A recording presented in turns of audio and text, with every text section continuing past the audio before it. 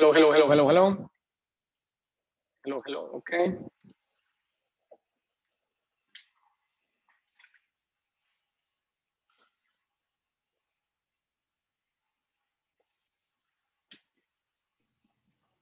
Hey, Bob, Michael. how are you? How you doing? Good. I'm well. How are you?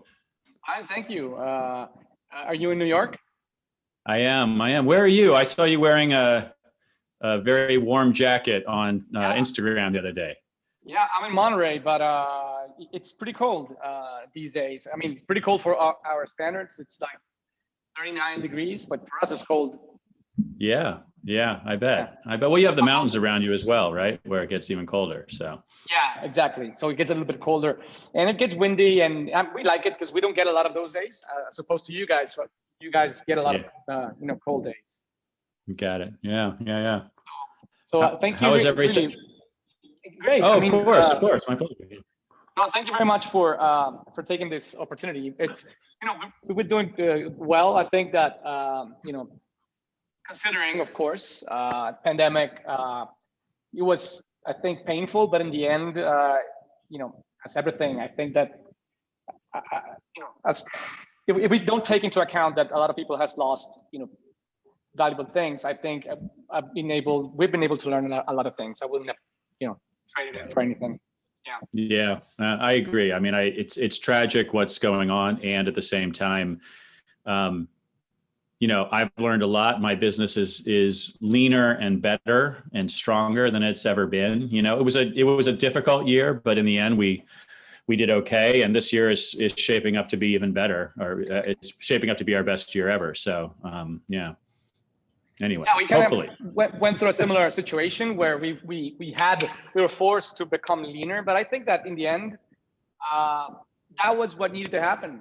And I think that the pandemic just forced us to make a decision that we didn't like making. Exactly. So again, I think I feel we're in a similar position as you guys.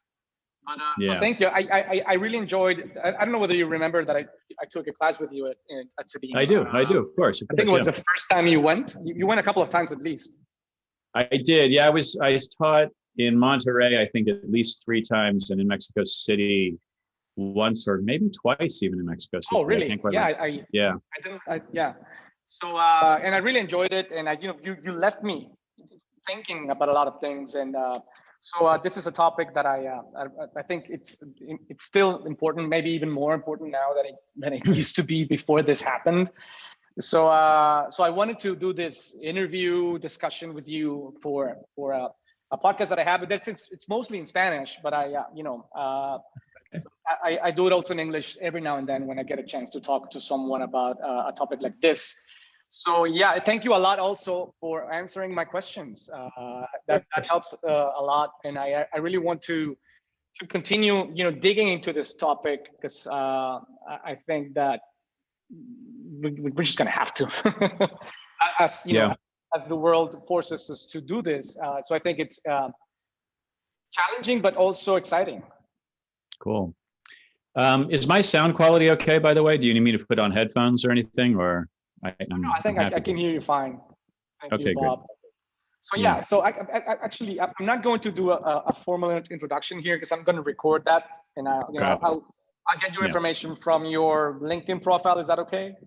Of course, yeah. That's the most up to date right now. Yeah. Perfect. So I'm just going to go into thanking you for being here and go directly to the questions, if you don't mind. Sounds great. Let's do it. Yeah. All right. So.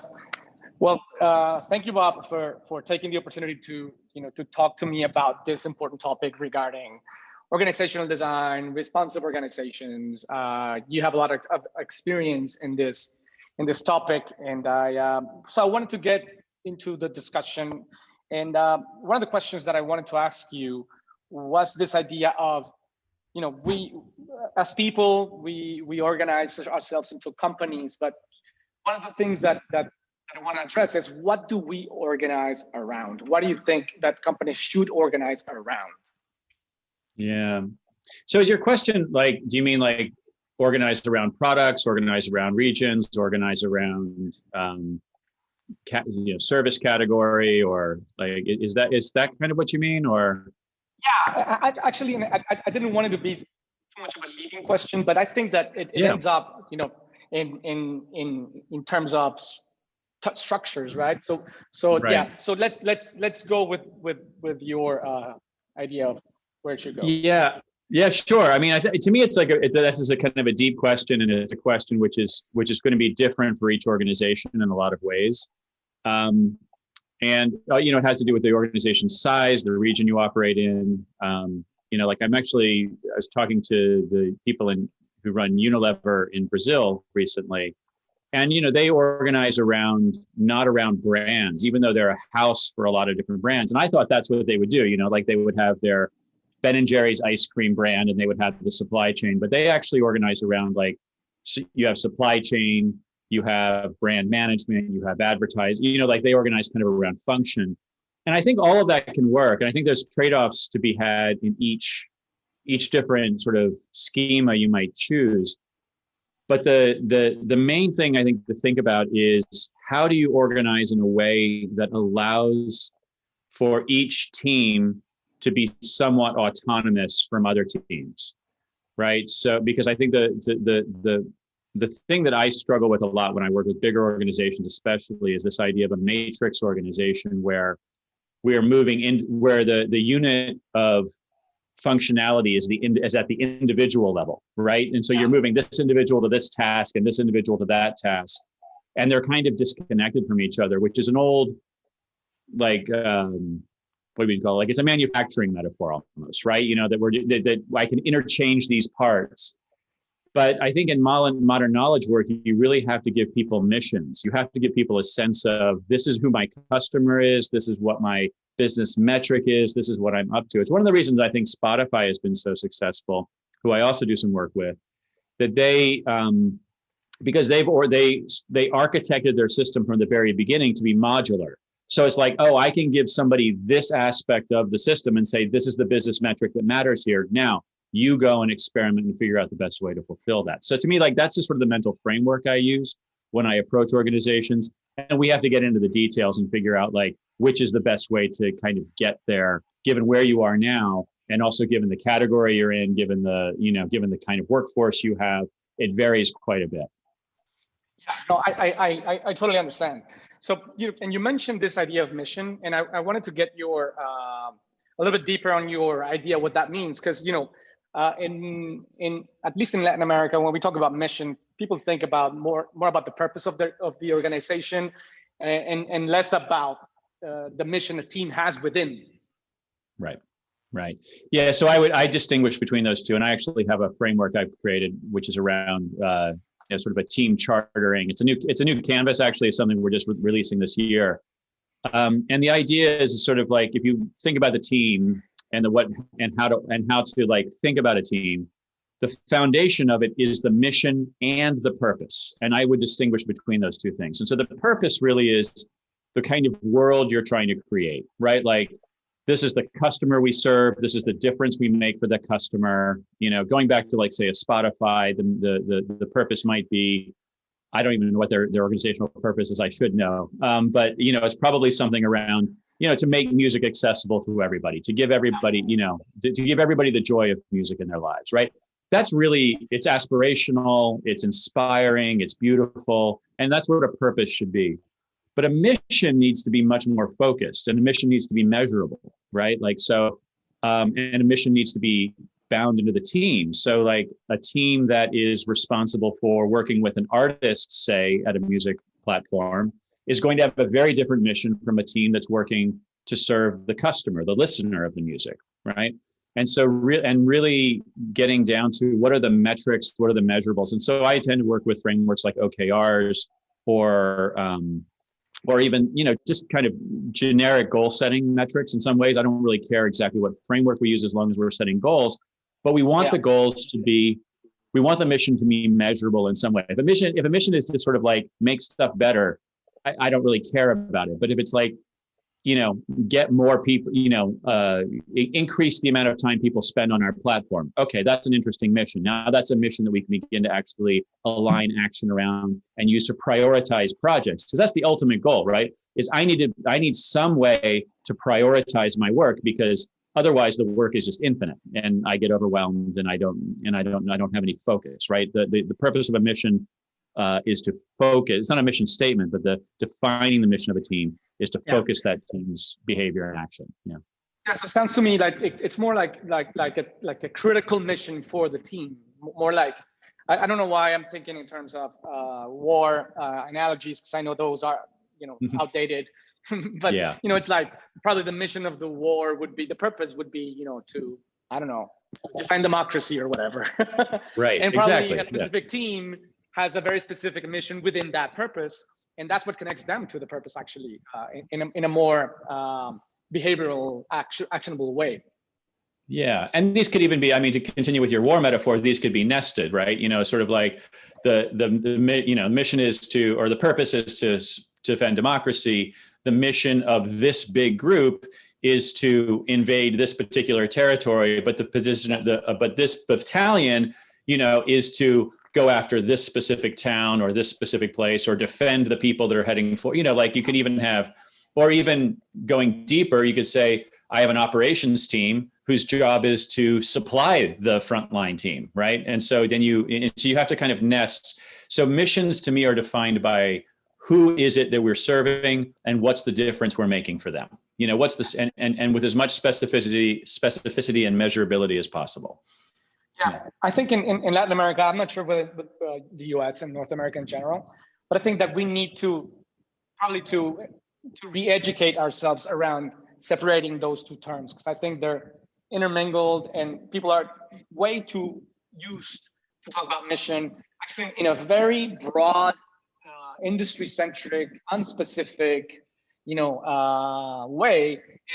So it ends up being practically, nothing. We just want to be the best in this industry and be good to the world, and so it's unspecific. And yeah, so I love this idea of mission specific.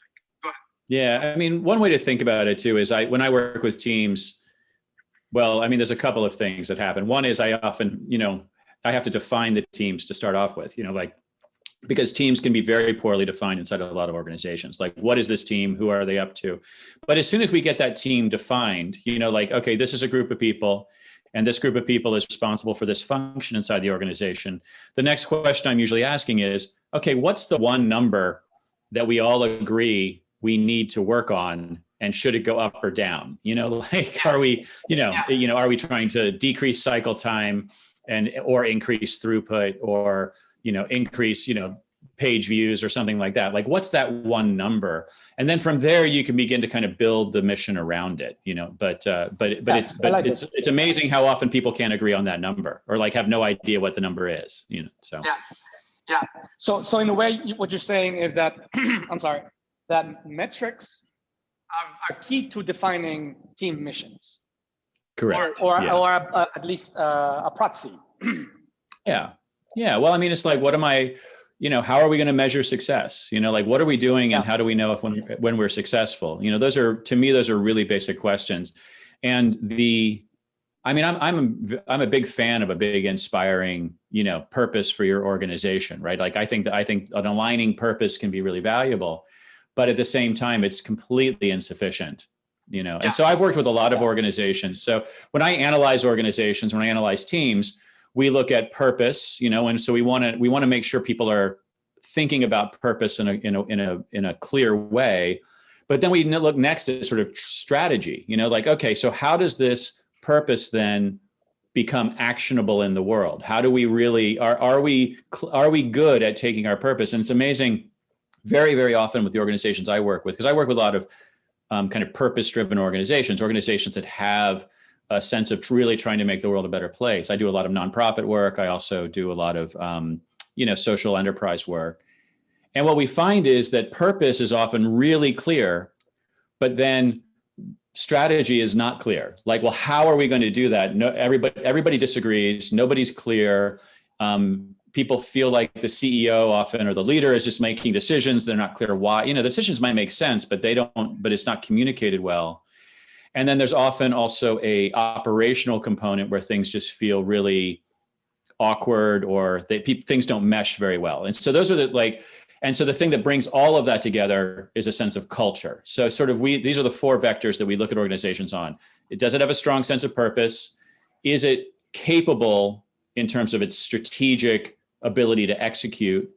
Are its operations efficient, and does it run smoothly? And lastly, or not even lastly in there, does it have a culture which really encourages, and culture is often the defining feature, right? Like if people like each other, feel nurtured, feel secure, feel happy in their work, usually we can take care of operations and strategy in a much faster way. But often a bad strategy or a poor sense of strategy and poor operational execution leads to a really frustrating culture. And so we end up looking at organizations along those four vectors and then trying to figure out, okay, where do we need to intervene in order to make things better? Thank you, and that helps a lot to see it in a more systemic way. Yeah. But I'm going to use also another probably rather simplistic example to ask you a question, but sometimes it's easier to understand for people. So let's say we operate a fine dining restaurant, and so let's say that our purpose, the big thing would be, to help people celebrate success, whatever that means. So success as a family, as a business, partners, or whatever.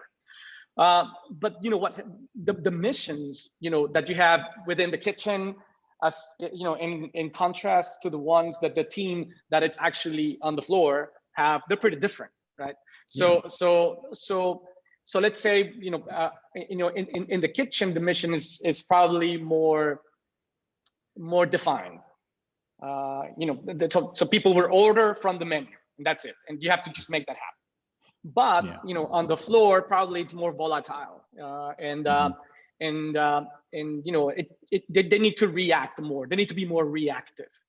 So with those two examples, in your mind, do you think that they need to be structured in a different way as teams?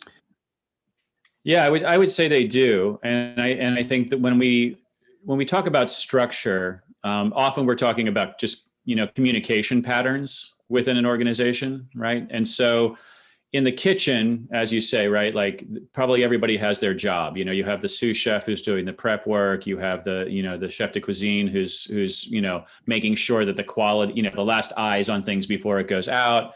You have all of these people who are doing who have their role, and a ticket comes in and that ticket gets processed in kind of a linear fashion. What happens in the more reactive environment when you have, like a server and a wait staff who suddenly has to deal with, an upset customer, or has to deal with too many customers or too few customers, or somebody who wants to smoke and somebody who does, like all of the different sort of things they need to react to, they probably need a little more fluidity. But what we find is that when you're in a more fluid environment, what you have to do is you have to actually create not rigid structures, but you have to create sort of patterns of behavior, right? And so what we try to do is create we call it a cadence, but it's a way to like meet on a regular basis and check in with each other in some way, so that, because that helps you manage chaos, right? So some degree of regularity. And so you're, I think, familiar with the software world, where a really common practice is the daily stand-up meeting, right? So every day we're going to get together and we're going to say, what did you work on yesterday? What are you working on today? And where are you stuck and in need of help? We find that implementing that 15-minute meeting allows for all sorts of chaos and reactivity to kind of flow around the people, because they know that, okay, I'm going to have that meeting tomorrow and I can bring that thing up then. I don't have to interrupt anybody right now because it's not super timely. And so just sort of building in these kinds of patterns or habits of practice, we find to be really, really valuable. One of the most important, obviously, or from our perspective, which is most people don't practice, is what we call a retrospective. Again, we borrow this from the software world, but it's where we reflect as a team, how are we doing and what might we do differently? What's working? Where are we getting stuck? What could we do differently next time? And we find just asking ourselves those three questions, taking an hour out of each month to ask ourselves those questions, allows for the teamwork to continuously improve. And we can kind of compound our ability to be a better team, to work with each other, support each other, and create sort of a more trusting and a better culture, essentially, among the team, but also a better set of practices and operationally. Yeah. So would you define that as working on the business and in the business? Is that the Correct. two different aspects of it?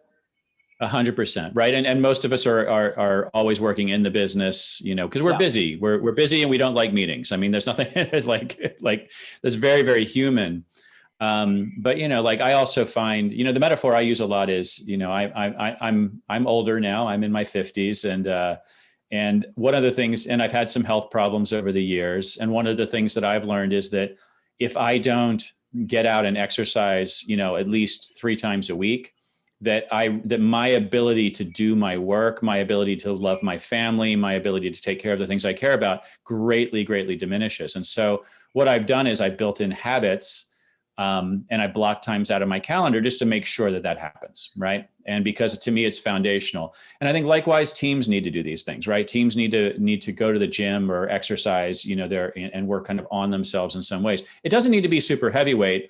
It's actually better to have it lightweight and regular, just like exercise, than it is to have it intense and infrequent. So it's better to do it, let's say, on a weekly basis than to do it on a monthly or a quarterly basis.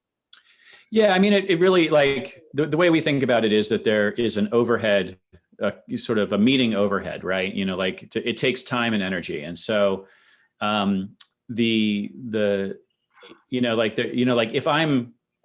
I'm doing an hour-long retrospective every day, that's probably too much, right? That's probably taking, time away from other things, and there's a diminishing return. But if I'm only doing a retrospective once a quarter, that's probably too little. And so what we do is I tend to recommend every month at a minimum, maybe every 2 weeks. Every week, I think, is probably a little heavyweight for a retrospective. But then again, you can also build practices in. I work with teams sometimes, and some of the teams I work with, after every meeting, we'll say, hey, what went well in this meeting and what can we do different for the next meeting? And it's like a 3-minute practice that happens on a really regular basis. And, I recommend people play with these things, have fun. One of the things you don't want to get is really complacent or really mechanical, or, you don't want to get mechanical about things. You want things to feel kind of fluid and organic. And sometimes that means changing them up from time to time and introducing new ideas and having some fun with it. Do you think that the industry or category of products or services that you work in, does that have an impact on the cadence, the need for the cadence of these on the business or in the business? Oh, 100%. So, there are different ways of thinking about it and measuring it. I often picture an old school graphic equalizer from music, these little sliders. And so, the vectors that I think about when I think about teams are really, there's kind of 2 main ones, which are the context they're operating in, which is, one is how uncertain is the world, and of course, that's increased for a lot of us recently, right? The level of uncertainty in markets, the level of uncertainty in just our daily lives, the level of uncertainty in our political structures and society. I'm speaking to you from America right now, where obviously we're in a little bit of a political turmoil as well. And so, the level of uncertainty. So just kind of thinking about that. The other thing I might think about is the level of complexity. And complexity to me is how many different directions might that uncertainty come from, right?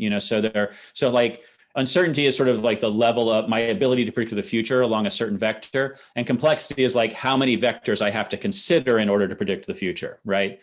And so what we find is, and complexity really can work for us or against us, because complexity can mean that we have unintended consequences, that things just come out of nowhere and blindside us because we didn't consider that this small thing might be really big.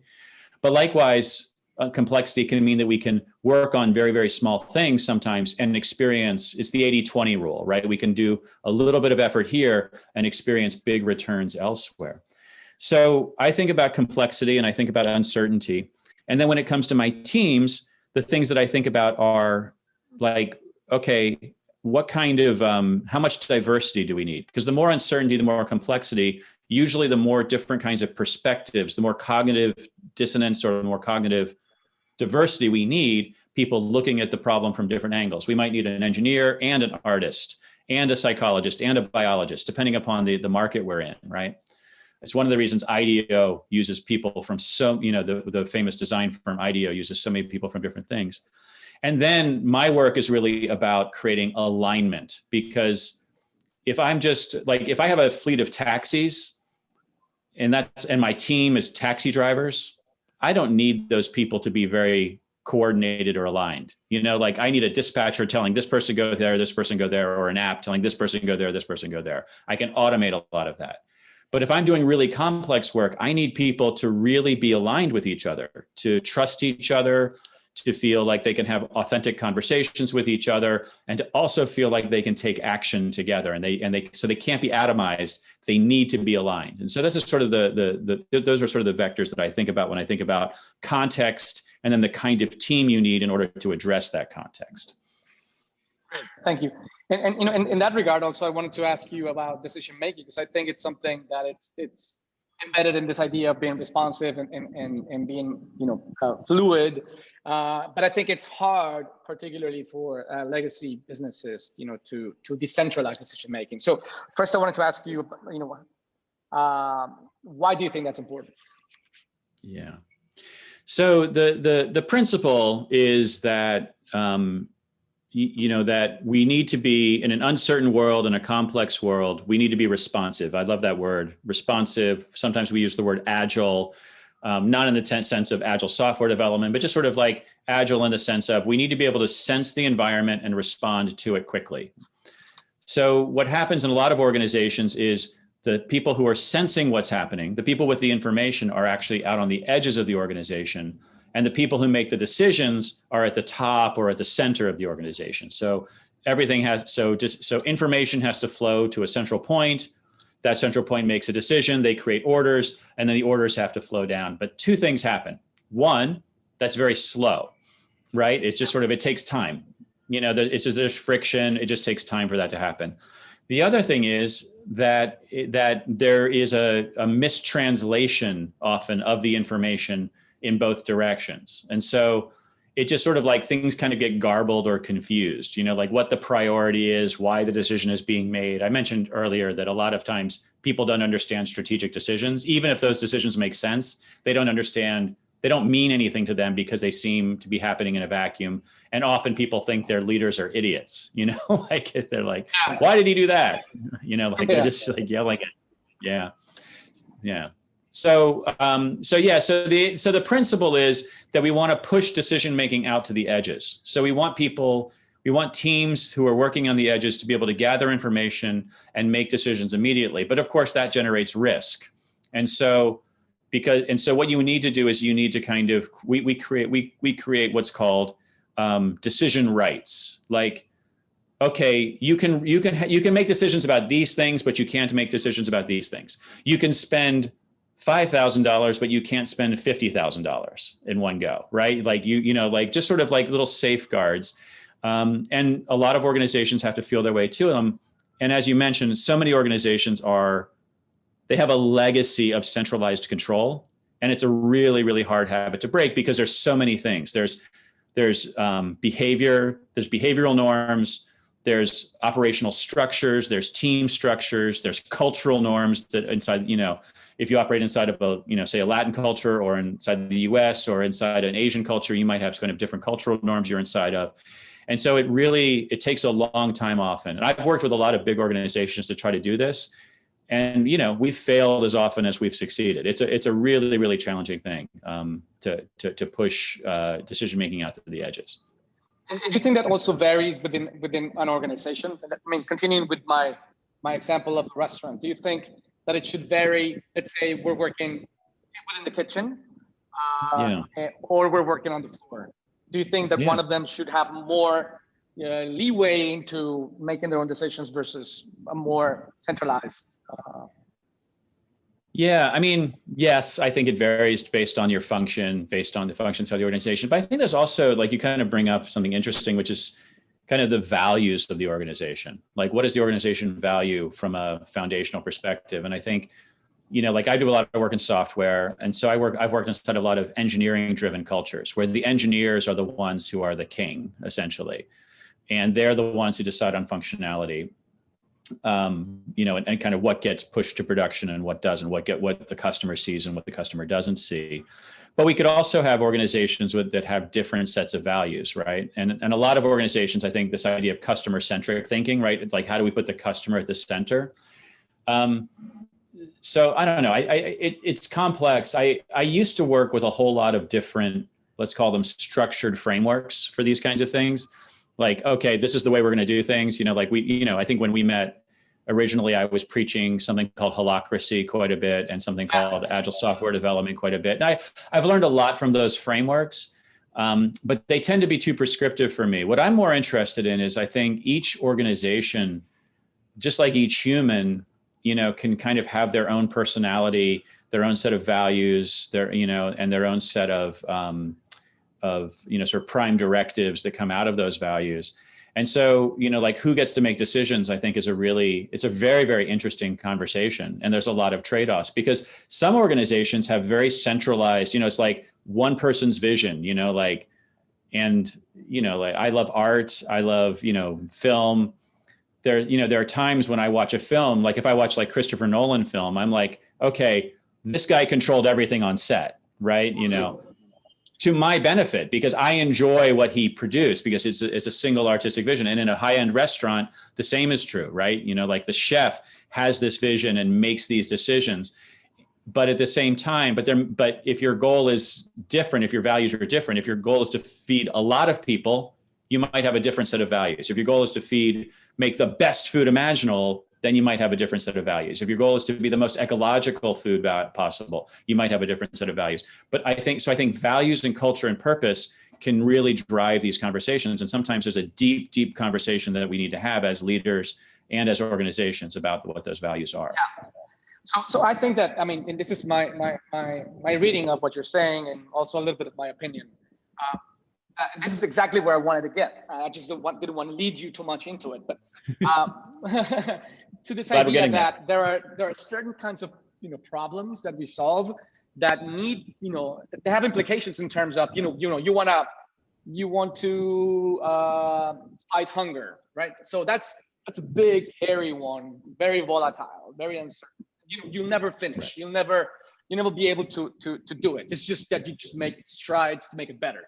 And that, I'm sure, needs a very decentralized, multiple stakeholders and organizations, kind of what Bill Gates and Melinda Gates, those kind of things do, right? Probably there's, and then on a different vector, there's the visionary approach where somebody has an idea, very specific idea of what they want to bring to the world, and so on. And I think that what I read from what I'm reading in what you're saying is that in general, we need to be more decentralized, but there are degrees of decentralization that each endeavor needs. Yeah. I completely agree. And I think a lot of this, so I think there's actually two different ways I think about this, or maybe there's more, but one is, what is it we're trying to create? What's the difference we're trying to make in the world? And then the other is also around I view organizations as communities in a certain way, right? In some of my history, I've been a part of, let's just say, some very, very bad organizations that hurt the people in the organizations that produce bad stuff. I've seen really bad management practices. And I do think it's very important that we treat people inside the organizations really well, and that we take that responsibility. So one story that I've spent a lot of time thinking about over the past several years is WeWork. I don't know if you followed that story or if it's a story that you pay much attention. It's kind of been a big story. And WeWork, I think, when we talk about this sense of purpose, that guy, Adam Newman, he was very good at harnessing a sense of purpose. He could tell a great story to investors and he could get a lot of money. He could tell a great story to potential workers and get them to work for under market value. And what happened is, and a friend of mine just actually pointed this out on LinkedIn today, I loved what he said, but it is that money is a renewable resource. Your time is a non-renewable resource. So if I'm joining an organization, you are trading your non-renewable resource of your life for the renewable resource of money that this organization can probably get and ever access to. They're turning your time into money, which can be, kind of grow exponentially potentially. And so I really do think as leaders, as people who design organizations, when I decide whether or not to work with an organization, one of the first things I'm asking is, are they dedicated to treating people well? Because I don't, my life is too short to work with organizations. I've just learned that I don't want to work with organizations that aren't treating people well. But also when I counsel young people on taking jobs, I counsel them on, are you going to be treated well? And look around at the kind of lives that people are living in the organization, assuming you have choice. Now, I'm speaking from a very, very privileged position of someone who has a lot of choice. And I know a lot of people don't. And I've been places in life where I haven't. But I do think we really need to think about this quite a bit. And I think, again, that is a value that drives how an organization gets run. And, I don't want to work as much as I'm talking to you on an Apple computer now, as much as I value Steve Jobs and his work in the world, he doesn't sound like the kind of person I ever want to work for. Yeah. And so it probably there's people that say, I don't care if the culture and the leadership it's aggressive, I want to be a part of that. But they lose a lot.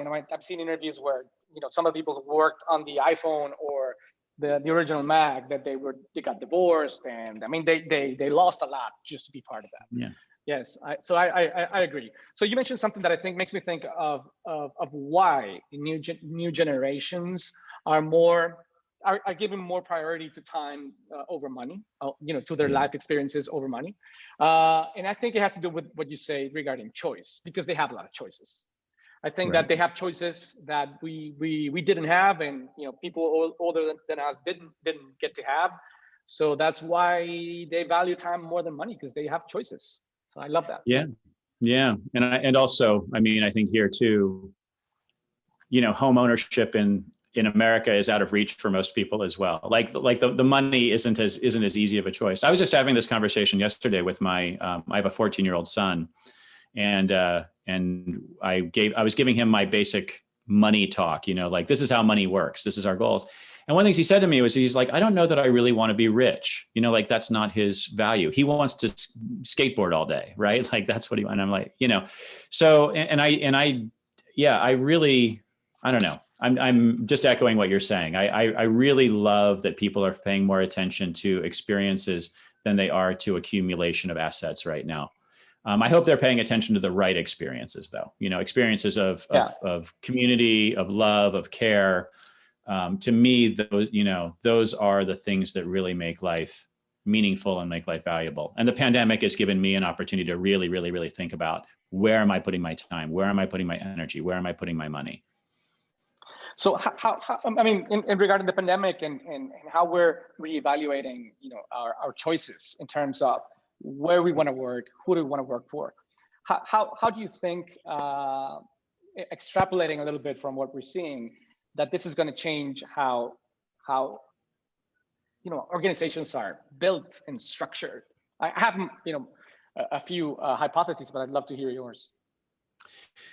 Yeah, I think what remains to be seen. I think we're talking a lot about hybrid organizations now, where people are people are in different locations as well as in the office. Certain patterns. Being here in New York City, I spend a lot of time on my bicycle. That's one of my main ways of getting around. And so I ride through what used to be the busiest parts of the city, and they're empty now. I ride through Times Square. I'll ride through, the financial district where all the office buildings are, and things are really empty. So I think we're going to see different, in terms of real estate, commercial real estate, we're going to see some massive changes in patterns. What I'm interested in, and what I work with a lot, or what I think about a lot, of course, is how teams work together. So most of my work is I work with leadership teams, and I also work with their teams, helping kind of reorganize and restructure and revitalize organizations from a team perspective, looking at it as a community as well as a unit of work, and sort of like trying to make these sort of both function well as feel good to the people and be worthwhile to the people inside. And what I'm seeing is that a lot of teams during the pandemic have figured out, because crisis is such a great way to pull together, right? I worked with an energy company in California a few years ago, and there were they had a bunch of fires I don't know if you remember, the stories got to you, but their technical infrastructure was destroyed in certain areas. They had a lot of fires.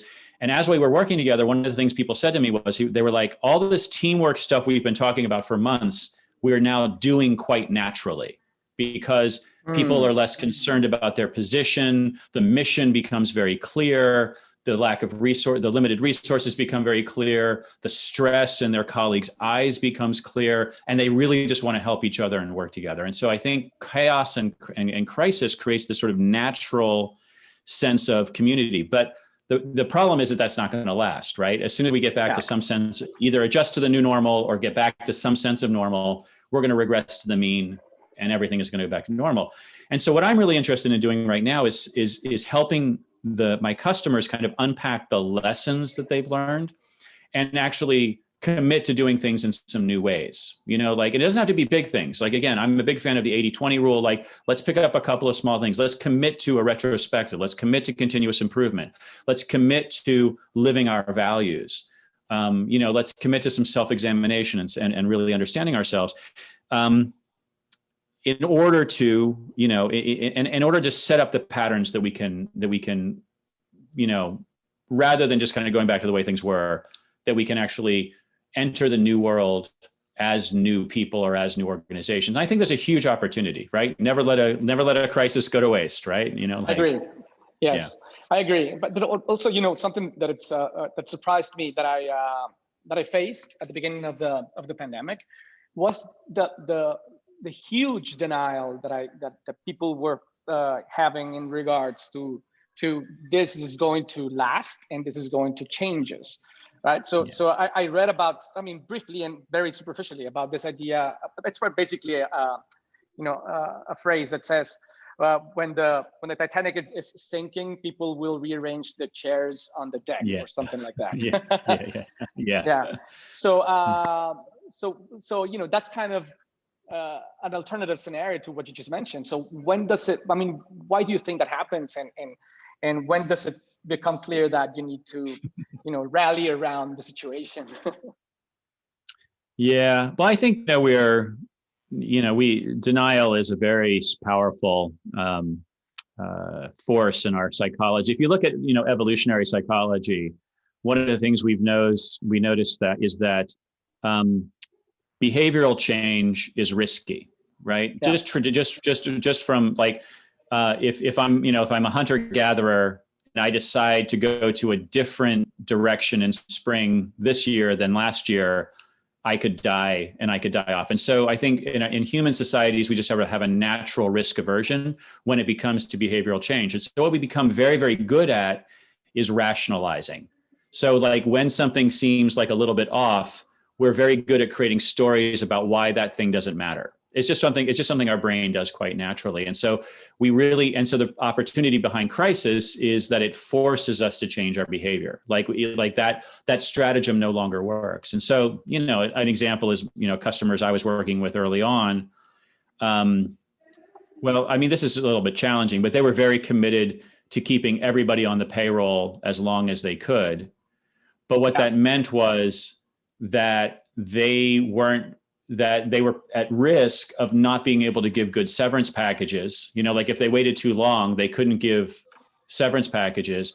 And likewise, those people that they were keeping on didn't have anything to do and also weren't able to collect unemployment from the government, at the time. So they weren't able to take advantage of that. And so we had this very, very intense conversations about, okay, how lean do we get? How compassionate, where are we compassionate? What are we able to do and what are we not able to do? And my argument was often to get lean quickly because your company surviving, your institution surviving is important. And of course that's very unpopular, right? Because then you end up, it's not easy, right? It's not easy to operate in these times. And so, Anyway. I actually, what you're saying is exactly what happened to us. Yeah. And we postponed, becoming lean as much as we could for months until we couldn't. And we wanted to change, the way we were structured and the things we were doing in order to generate new kinds of income. And we weren't able to do do it mostly because of the resistance, right? So I think that also me, let's say, it was also clear that I needed to do something different, which was, to be lean, and I didn't want to do it until it became imminent. Yeah. Yeah. So it was me Yeah. also, not being willing to say, okay, guys, it's best for everyone. And I thought it was the best for them also, but I didn't act early enough. Yeah. Well, I mean, one of the dynamics of behavior change is this idea of hitting a bottom. I'm speaking of like, if you look at the world of addiction and addiction recovery, so alcoholics and drug addicts, the people that are successful at coming out of that will all describe there is a moment in their life when they realize they hit bottom. And for some people, that bottom is really mild. The bottom is like, I got passed over for a promotion and I realized if I was sleeping better, that wouldn't happen. Yeah. And for other people, it's, they're broke and their wife left them and, they find themselves in jail, or something, right? So bottom is different for each person.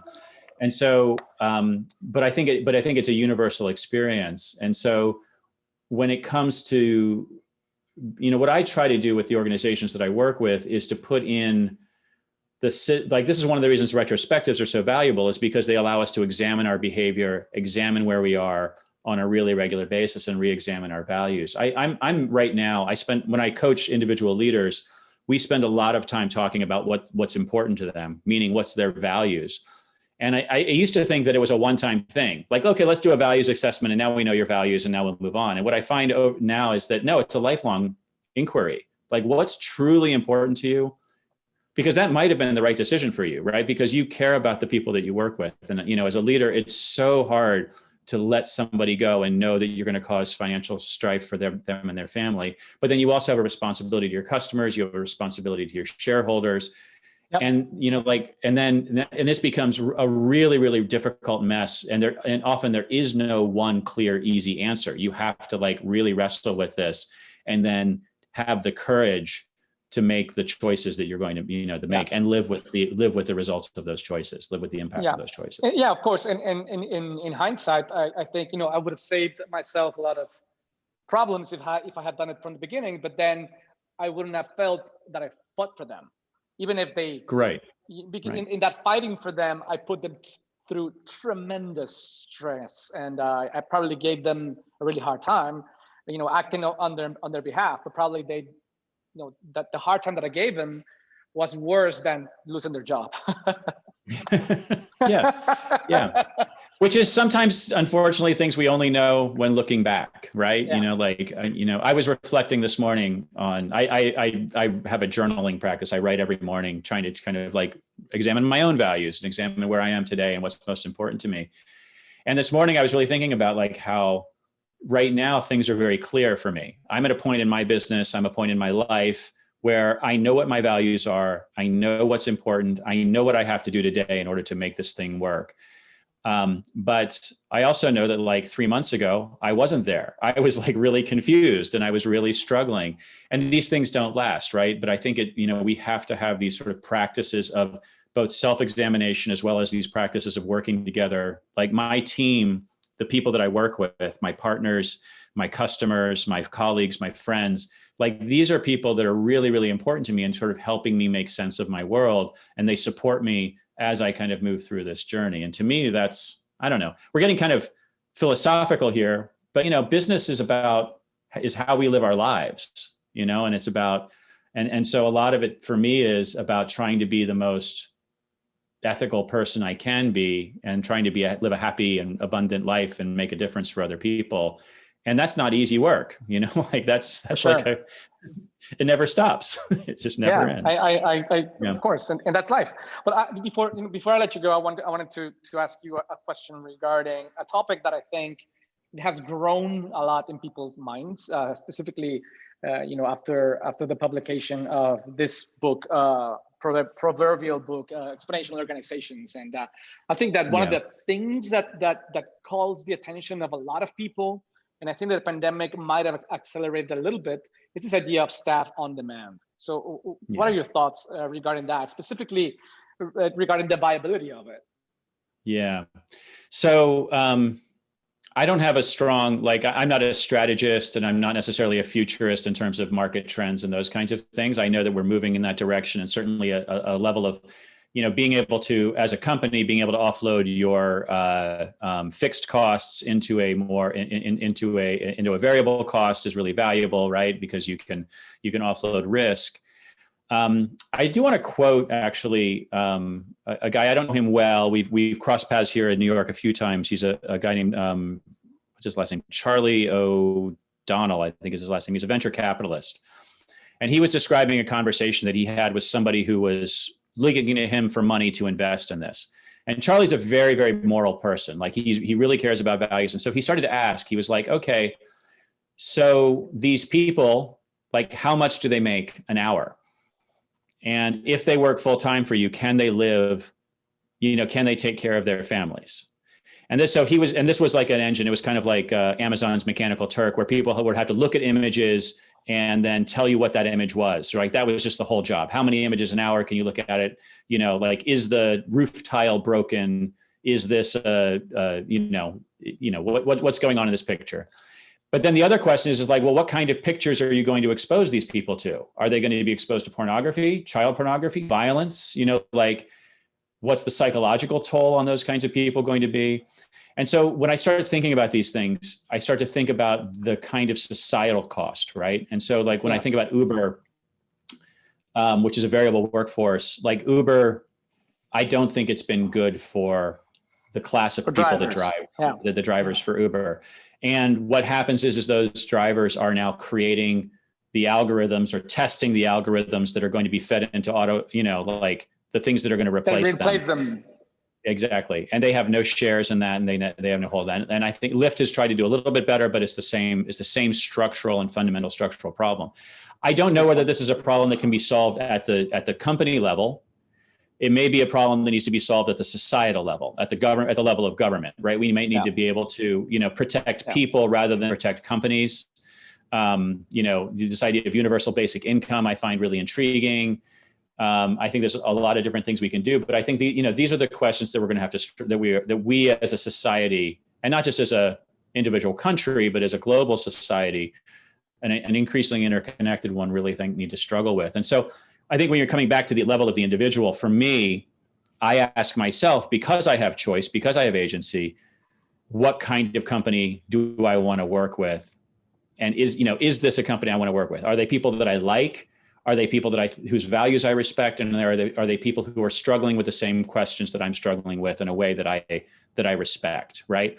I don't tend to work for gun manufacturers or people that make cigarettes or people that make even soda sometimes, right? But I tend to do a lot of work in like education and media and that kind of thing. So anyway. Thank you, Bob. Thank you very much for all your insight.